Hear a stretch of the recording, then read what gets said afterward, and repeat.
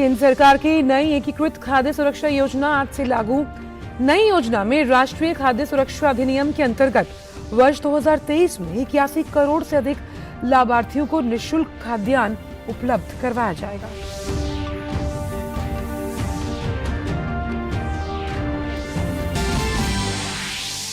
Covid संक्रमण की बढ़ती आशंका के बीच प्रधानमंत्री के प्रधान सचिव ने एक उच्च स्तरीय बैठक की। बैठक में प्रधानमंत्री नरेंद्र मोदी के पिछले दिशा निर्देशों के अनुपालन की हुई समीक्षा।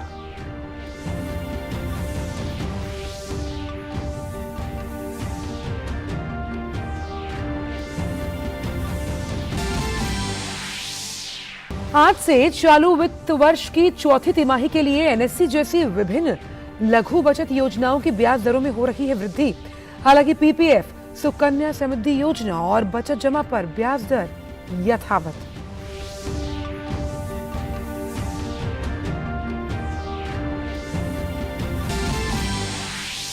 देश के उत्तर पश्चिमी भागों में आज से शीतलहर बढ़ने की आशंका। मौसम विभाग ने कहा अगले 4 से 5 दिनों तक पंजाब, हरियाणा, चंडीगढ़, दिल्ली, हिमाचल प्रदेश, उत्तराखंड, उत्तर प्रदेश और उत्तरी राजस्थान में शीतलहर की संभावना।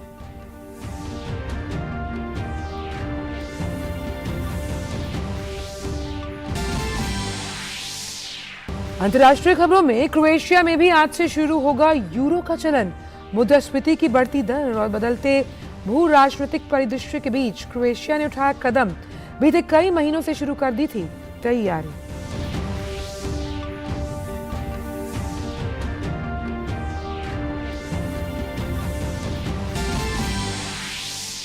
और साल 2023 का हुआ आगाज। देश ने जबरदस्त उल्लास के साथ किया नए साल का स्वागत।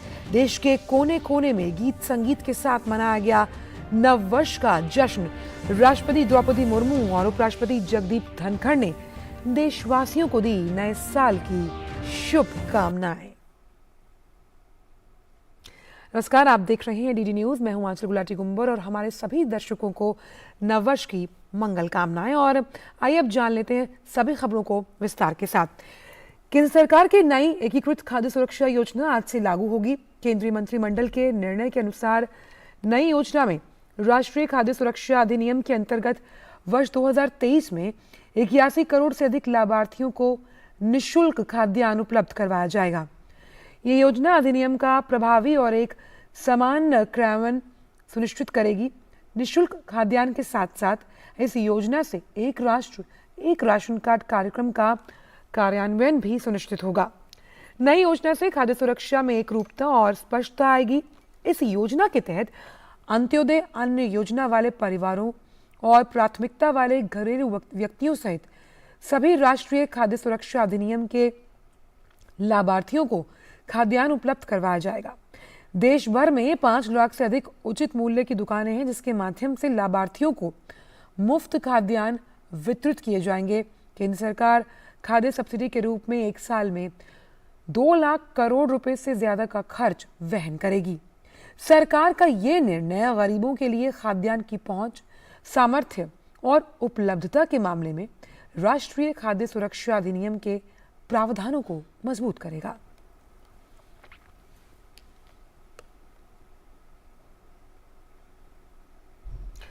और अब बात कोविड को लेकर। देश में कोविड की स्थिति पर केंद्र सरकार लगातार नजर बनाए हुए है। प्रधानमंत्री के प्रधान सचिव डॉक्टर पीके मिश्रा ने कल एक उच्च स्तरीय समीक्षा बैठक की अध्यक्षता की। बैठक में कोविड की स्थिति और प्रधानमंत्री द्वारा दिए गए निर्देशों के अनुपालन की समीक्षा की गई। बैठक में केंद्र सरकार के वरिष्ठ अधिकारियों और विशेषज्ञों ने भी हिस्सा लिया। प्रधानमंत्री के प्रधान सचिव को चीन, जापान, दक्षिण कोरिया, सिंगापुर और ब्राजील आदि से कोरोना संक्रमण में आए उछाल संबंधी जानकारी दी। उन्हें स्वास्थ्य मंत्रालय द्वारा उठाए गए कदमों और प्रधानमंत्री के निर्देशों के अनुपालन के बारे में भी बताया गया। बैठक के दौरान अधिकारियों और विशेषज्ञों के साथ कोविड टीकाकरण की स्थिति की भी समीक्षा की गई। बैठक में जानकारी दी गई कि कोविड वैक्सीन की 220 करोड़ से अधिक खुराकें दी जा चुकी हैं। सरकार ने आज से आरंभ हो रही चालू वित्त वर्ष की चौथी तिमाही के लिए विभिन्न लघु बचत योजनाओं की ब्याज दर बढ़ा दी है। पंचवर्षीय राष्ट्रीय बचत योजना में ब्याज दर 6.8% से बढ़ाकर 7% कर दी गई। वित्त मंत्रालय ने कहा कि वरिष्ठ नागरिक बचत योजना में ब्याज दर 7.6% से बढ़कर 8% हो गई। मासिक आय बचत खाता में ब्याज दर 6.7% से बढ़कर 7.1%। किसान विकास पत्र में ब्याज दर 7.2% होगी और ये 120 महीनों में परिपक्व होगा। 1 वर्ष की अवधि वाले लघु बचत जमा पर ब्याज दर 5.5% से बढ़कर 6.6%। हालांकि सार्वजनिक भविष्य निधि यानी कि पीपीएफ, सुकन्या समृद्धि योजना और बचत जमा पर ब्याज दर में कोई बदलाव नहीं किया गया। और अब खबरों में बात कर लेते हैं ठंड को लेकर। तो देश के उत्तर पश्चिमी भागों में आज से शीतलहर बढ़ने की आशंका है। मौसम विभाग ने कहा कि अगले 4 से 5 दिन के दौरान पंजाब, हरियाणा, चंडीगढ़, दिल्ली, हिमाचल प्रदेश, उत्तराखंड, उत्तर प्रदेश और उत्तरी राजस्थान में शीतलहर चलने का अनुमान है। मौसम विभाग के अनुसार हिमालय से बर्फीली हवाएं उत्तर पश्चिम भारत के मैदानी इलाकों में तापमान में काफी कमी लाएंगी। इसके साथ ही मैदानी इलाकों में घना कोहरा छाया रह सकता है। राजस्थान में पश्चिमी विक्षोभ का असर खत्म होते ही तापमान में तेजी से गिरावट दर्ज हुई।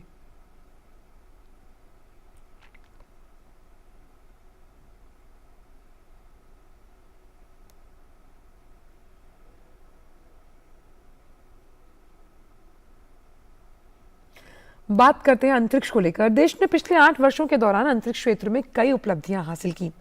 2014 से अब तक 44 अंतरिक्ष यान मिशन, 42 प्रक्षेपण यान मिशन और 5 प्रौद्योगिकी प्रदर्शक सफलतापूर्वक पूरे किए गए। वहीं सितंबर 2014 में भारत के मार्स ऑर्बिटर अंतरिक्ष यान ने मंगल ग्रह की कक्षा में सफलतापूर्वक प्रवेश किया। सितंबर 2015 में पीएसएलवी द्वारा एस्ट्रोसेट का लॉन्च एक बड़ी उपलब्धि रही। 2017 में पीएसएलवी C-37 ने एक ही लॉन्च में 104 उपग्रहों को कक्षा में भेजने का विश्व रिकॉर्ड भी बनाया। पड़ोसी देशों की मदद के लिए 2017 में 2.2 टन संचार उपग्रह लॉन्च किया गया। 2018 में स्वतंत्रता दिवस पर पीएम ने गगनयान मिशन की घोषणा की। चंद्रमा के लिए भारत का दूसरा मिशन चंद्रयान-2 22 जुलाई 2019 को लॉन्च किया गया। इस दौरान अंतरिक्ष क्षेत्र में कई सुधार भी किए गए। 2019 में इसरो ने यंग साइंटिस्ट प्रोग्राम कार्यक्रम शुरू किया। वहीं 26 जून 2020 को सरकार ने अंतरिक्ष क्षेत्र में निजी सहभागिता की अनुमति दी। भारतीय राष्ट्रीय अंतरिक्ष संवर्धन और प्राधिकरण केंद्र इन स्पेस की स्थापना हुई। इसी दौरान भारतीय अंतरिक्ष नीति 2022 को अंतरिक्ष आयोग द्वारा मंजूरी दी गई। वहीं हाल ही में 23 जून 2022 को फ्रेंच गुयाना के कोरो से संचार उपग्रह GSAT-24 को सफलतापूर्वक लॉन्च किया गया। और खबरों में वक्त एक छोटे से ब्रेक का।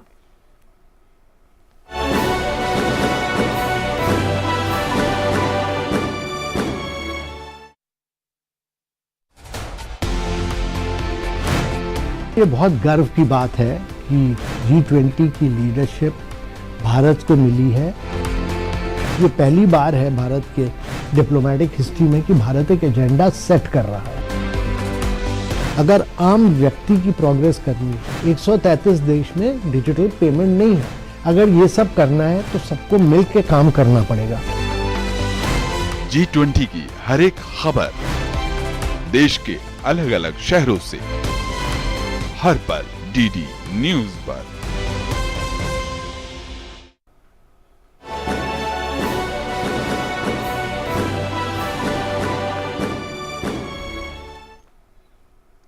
ब्रेक के बाद सभी का स्वागत। रुक करते हैं अन्य खबरों का। आईआईटी रुड़की और एम्स नई दिल्ली के शोधकर्ताओं ने गर्भवती महिलाओं के प्रसव पूर्व देखभाल के लिए एक मोबाइल ऐप विकसित किया है। स्वस्थ गर्भ नाम का ये इंटरैक्टिव मोबाइल एप्लीकेशन देश में अपनी किस्म का पहला ऐप है जो गर्भवती महिलाओं को किसी भी इमरजेंसी की स्थिति में तत्काल चिकित्सा सहायता उपलब्ध करवाएगा। उपयोगकर्ताओं के लिए ये ऐप गूगल प्ले स्टोर पर निःशुल्क उपलब्ध है। देखिए हमारी ये खास रिपोर्ट। गर्भवती महिलाओं के प्रसव पूर्व देखभाल और उन्हें रियल टाइम चिकित्सा सहायता मुहैया कराने के मकसद से IIT रुड़की और एम्स नई दिल्ली के शोधकर्ताओं ने एक मोबाइल ऐप विकसित किया है। स्वस्थ गर्भ नाम का ये मोबाइल ऐप अपनी किस्म का पहला ऐप है जो गर्भावस्था के दौरान महिलाओं को डॉक्टर की सलाह तक तत्काल पहुंच प्रदान करता है। ये मोबाइल ऐप क्लिनिकली प्रमाणित होने के साथ साथ विश्वसनीय भी है। ऐप गर्भवती महिला को बताता है कि कब डॉक्टर के पास जाना है और किसी भी आपात स्थिति में यानी परेशानी में डॉक्टर की सलाह तुरंत दिलाता है।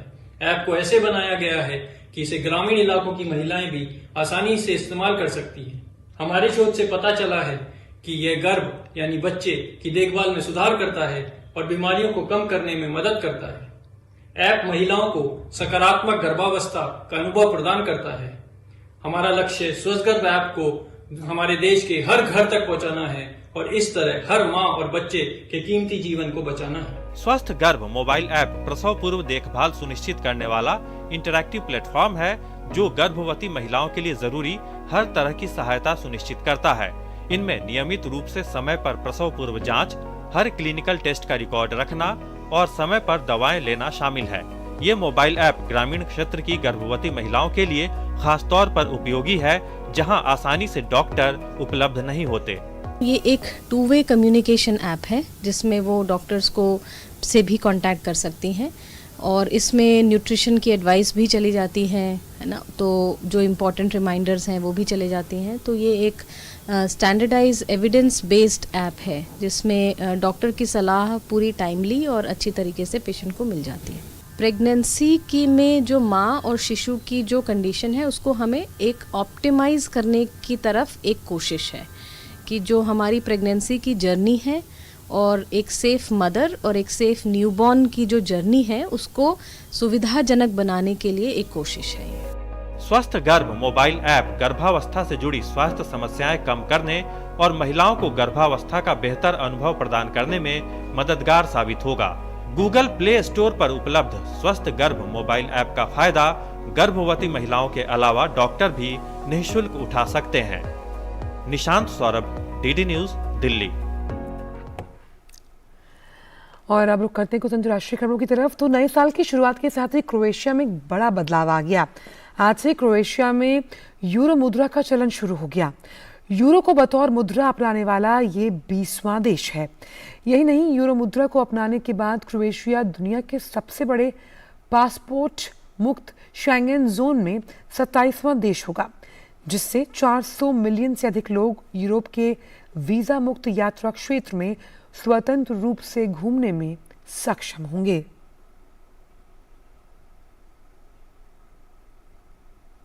और आइए अब आपको दिखाते हैं नव वर्ष से जुड़ी तमाम बड़ी और अच्छी तस्वीरें।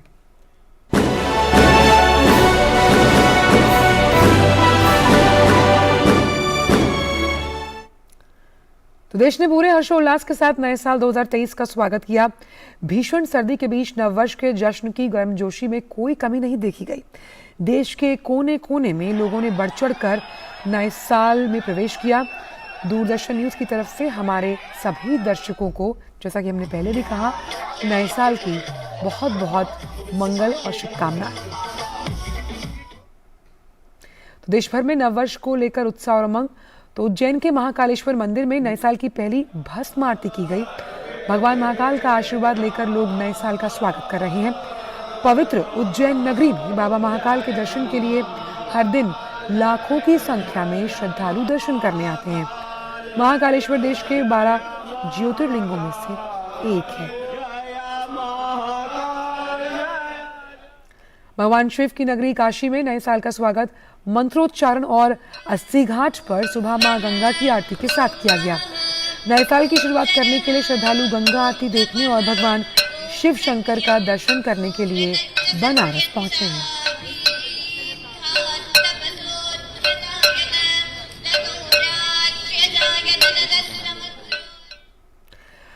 नववर्ष पर भगवान के दर्शन करने के लिए मंदिरों में भक्तों का तांता लगा हुआ है। मुंबई के सिद्धिविनायक मंदिर में सुबह से ही आरती में हमने देखा कि लोग की भीड़ जमा है। मंत्रोच्चारण के साथ श्रद्धालुओं ने सिद्धिविनायक मंदिर में भगवान गणेश के दर्शन कर नए साल की शुरुआत की।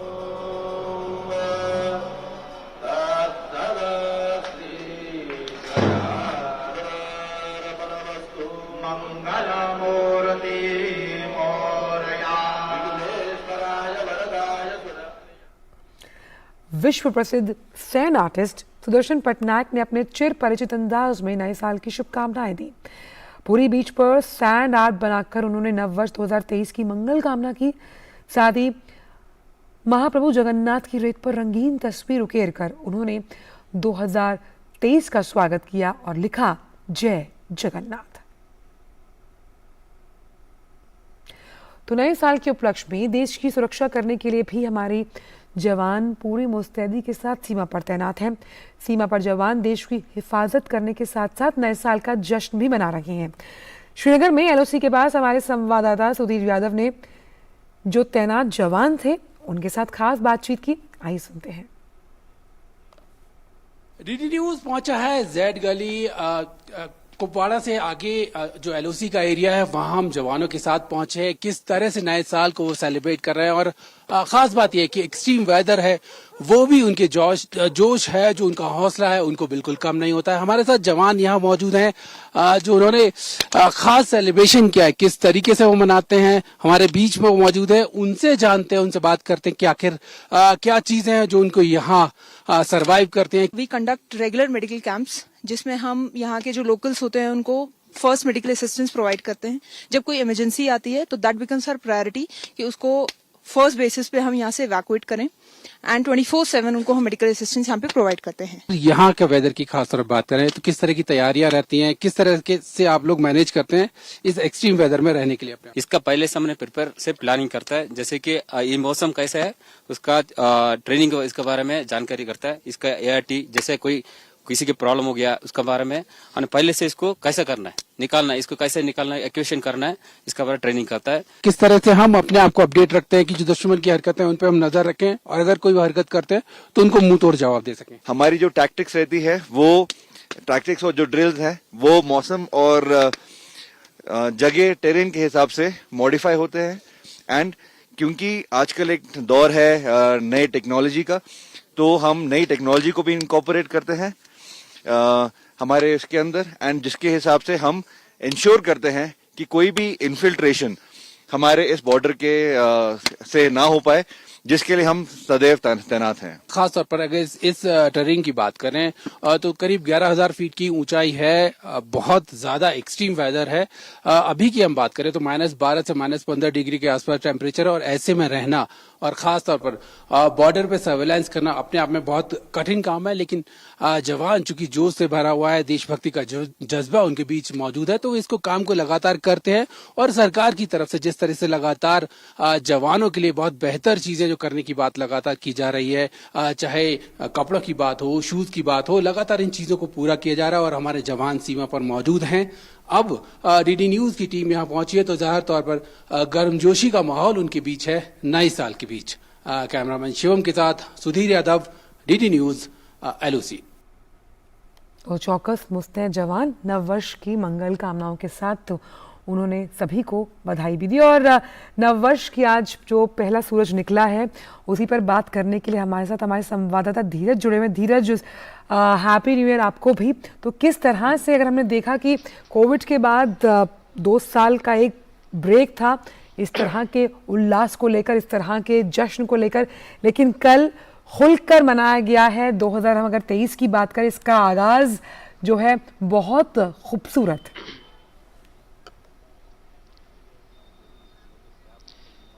आंचल, आपको भी नव वर्ष की हार्दिक बधाई। और शुक्रिया। हमने रात से ही तस्वीरों में देखा है कि कैसे लोगों ने जश्न के साथ नए साल का आगाज किया है। जो हमारे महानगर हैं, बेंगलुरु हैं, कोलकाता हैं, दिल्ली हैं, मुंबई है, पूरी रात लोगों ने नए साल का आगाज किया है।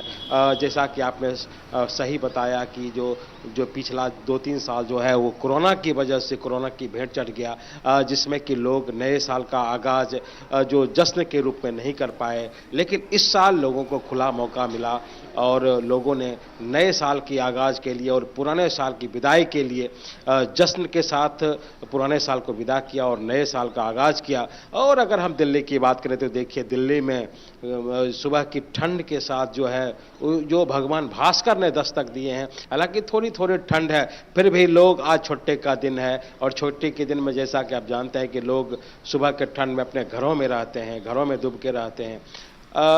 थोड़ी चहलकदमी कम है, क्योंकि लोगों को आज, बहुत सारे लोगों को आज दफ्तर नहीं आना है, दफ्तर नहीं पहुंचना है, तो वो लोग अपने घरों में हैं। हालांकि कुछ लोग हैं जिन्हें की जो कुछ जरूरी चीजें करनी होती है, उसके लिए उनको निकलना पड़ता है, तो वो सड़कों पे आए हैं हमारे साथ। बिल्कुल, जो लोग खड़े हैं, हम जानना चाहेंगे किस तरह से उन्होंने अपना नववर्ष मनाया। और सबसे ज्यादा नववर्ष के बारे में कहा जाता है कि हम लोग रेजोल्यूशंस लेते हैं कि किन रेजोल्यूशंस को हम फॉलो करेंगे और कौन सी ऐसी बातें हैं जो हम आने वाले साल में इसमें चेंज लेकर आएंगे। तो क्या बदलाव लेकर आना चाहते हैं जो लोग हैं जो आपके पीछे खड़े हैं, किस तरह के रेजोल्यूशंस लिए हैं उन्होंने नए साल को लेकर? देखिए, नया साल आपके सामने आ चुका है, तो आपने कुछ सोचा होगा कि नए साल में क्या क्या जो चीजें हैं वो अच्छी करनी है। जो है कि जितना हमने पिछले साल किया उससे अच्छा हम करके दिखाएंगे, और जो भी है देश के लिए और तरक्की में हाथ बढ़ाएंगे। और कुछ सोचा है नए साल के लिए कि हमें नए साल में कुछ चीजों को अंजाम देना है? नए साल को जो अपने गोल जो पिछली बार रह गए थे वो इस बार जो है उसको अचीव करके छोड़ना है। देखिए, नया साल का आगाज हो चुका है। नए साल में आप कुछ कहना चाहेंगे नए साल के बारे में? हाँ जी, नए साल बिल्कुल बोलना चाहेंगे। नए साल सभी के लिए, आप सबको पहले तो हमारी तरफ से आप सबको नए साल की मुबारकबाद बहुत बहुत। और हम यही चाहेंगे कि आगे जो नए साल चले, भगवान सबके सुख शांति और समृद्धि वाला हो सबके लिए। हमारे जो गवर्नमेंट है, हमारे जो मोदी जी हैं, उन पे बहुत ज़्यादा वो ये इस टाइम, तो उनके लिए सुख शांति चाहते हैं हम भी सबसे। यही हाथ जोड़ से विनती है भगवान से हमारी। तो बहुत अहम बात धीरज वहाँ पर कह रहे हैं कि सोचा है आपने कि नया साल में, नए साल में जो अपना कुछ बचा हुआ है, एम है, उन्हें सब कुछ आगे करना है। सभी के लिए खुशहाली आए जीवन में, सब अपना ठीक ठाक रहें, शांति से। सभी को शुभकामनाएं नए साल की, और सबको अपनी उनकी इच्छाएं पूरी हो। जो इच्छाएं पहले नहीं पूरी हो इस बार हो जाए, यही मेरी कामना है। देखिए, लोगों की यही इच्छाएं हैं कि जो नया साल हो वो जो नया अवसर लेके आए, जो उनकी मन की जो इच्छाएं हैं, जो भावनाएं हैं, वो उसकी पूरी हो।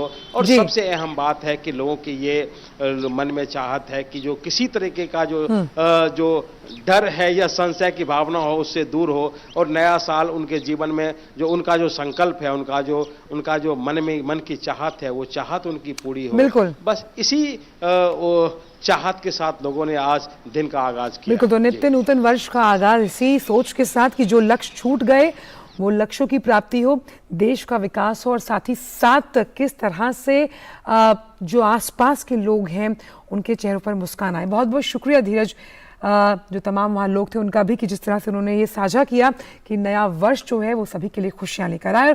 और जब हम बात करते हैं बधाई संदेशों की, तो राष्ट्रपति द्रौपदी मुर्मू ने भी नववर्ष 2023 के उपलक्ष्य में सभी देशवासियों को शुभकामनाएं दी। राष्ट्रपति ने ट्वीट करते हुए कहा कि आप सभी को नववर्ष की शुभकामनाएं। विदेशों में रहने वाले सभी नागरिकों और भारतीयों को हार्दिक शुभकामनाएं। वर्ष 2023 हमारे जीवन में नई प्रेरणा, लक्ष्य और उपलब्धियां लेकर आए। आइए हम देश की एकता, अखंडता और समावेशी विकास के लिए खुद को फिर से समर्पित करने का संकल्प लें।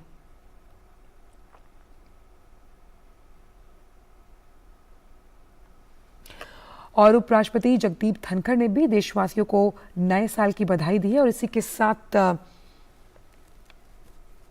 सभी को नववर्ष 2023 की हार्दिक शुभकामनाएं और बधाई। और प्रधानमंत्री ने भी ट्वीट कर सभी देशवासियों को शुभकामनाएं देते हुए कहा कि आपका 2023 शानदार हो, ये उम्मीद, खुशी और ढेर सारी सफलता से भरा हो। सभी को स्वास्थ्य के लिए आशीर्वाद मिले। और हिंदी और मराठी फिल्मों के मशहूर अभिनेता नाना पाटेकर का आज जन्मदिन है। उनके अभिनय के सभी कायल हैं और यही कारण है कि उन्हें राष्ट्रीय फिल्म पुरस्कारों के साथ साथ अन्य सम्मानों से नवाजा जा चुका है। पद्मश्री से सम्मानित नाना पाटेकर अपने डायलॉग बोलने की शैली को लेकर काफी मशहूर हैं। तो जाने से पहले आइए आपको दिखा दें उनके कुछ यादगार नामे। हमें दीजिए इजाजत, नमस्कार। मेरी मौत का तमाशा देखने अब मुझे लटका देंगे, जुबान ऐसी बाहर आएगी, आंखें बाहर आएगी, थोड़ी देर लटकता रहूंगा, फिर ये मेरा भाई मुझे नीचे उतार देगा, फिर आप चर्चा करते घर चले जाओगे, खाना खाओगे, सो जाओगे। हम हैं बनारस के भैया, बड़े भैया, जिसको भी चाहे न चाहते, ऐसा ना करना तू भैया। बनारस के भैया तता भैया जिसको भी चाहे नचा दे और चढ़ के ना उतरेगी भैया मेरे भैया हम ऐसी मस्ती पिला दे।